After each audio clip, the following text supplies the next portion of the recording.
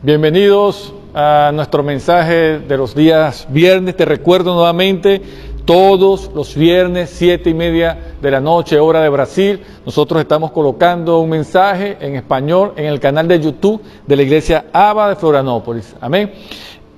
Si no te has suscrito en el canal, recuerda hacerlo. Y no te olvides de compartir el video. No te olvides de compartir, que alguien puede estar necesitando escuchar esta palabra. Amén. Yo te pido para que con tu Biblia me acompañes al Evangelio de Juan. Evangelio de Juan, capítulo 1, verso 1. En el principio era el Verbo, y el Verbo era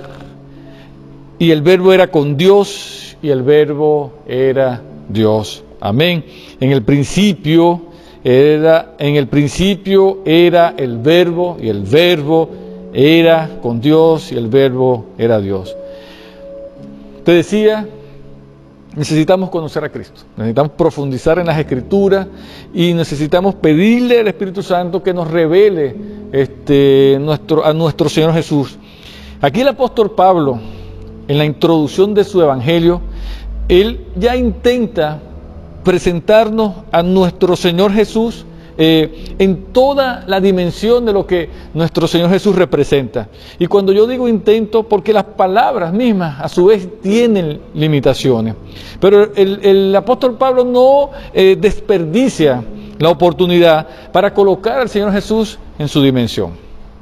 Cuando el apóstol Pablo inicia hablando de en el principio, inmediatamente nosotros nos tenemos que ubicar allá en el libro de Génesis, capítulo 1, verso 1, antes incluso del verso 1.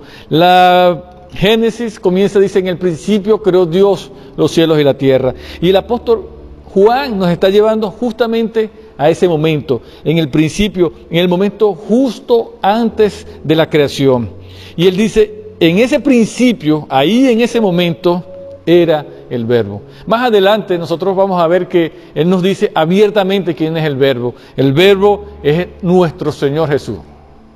¿Y por qué el apóstol usa esta palabra? ¿Por qué usa el Verbo para intentar, para llamar a nuestro Señor Jesús? A lo largo de la Biblia usted se va a encontrar diferentes nombres: Príncipe de Paz, Emmanuel, que hacen referencia, Rey de Reyes, Señor de Señores, el Alfa, el Omega. Usted se va a encontrar diferentes nombres que hacen mención a nuestro Señor Jesucristo, pero el apóstol utiliza el Verbo. Y dice, en el principio era el Verbo, porque la palabra verbo es una palabra que se podía utilizar tanto, en su original griego se podía utilizar tanto para los gentiles o para aquellos que no eran judíos, y se podía utilizar para los judíos. Tenía la misma aplicación.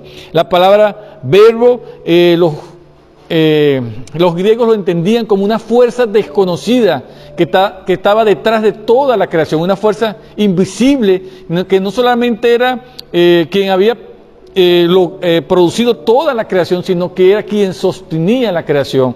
Y de alguna manera los judíos le daban una interpretación a la misma palabra. Ellos entendían, Dios había hablado, Dios había utilizado su palabra para revelarse. El Dios invisible había utilizado la palabra para revelarse. Entonces, el apóstol Juan, aquí en el principio, ya no está colocando a Jesús, no solamente diciéndonos que Él estaba allá. Él dice, en el principio era el Verbo, es decir, Él es preexistente.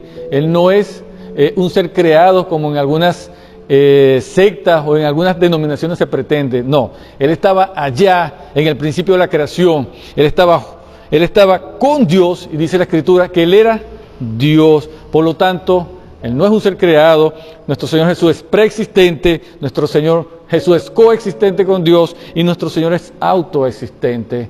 Amén. Entonces, vuelve tu mirada a Jesús, abre tus Escrituras y oramos para que el Señor Jesús sea revelado a tu vida. Amén. Te esperamos el próximo viernes.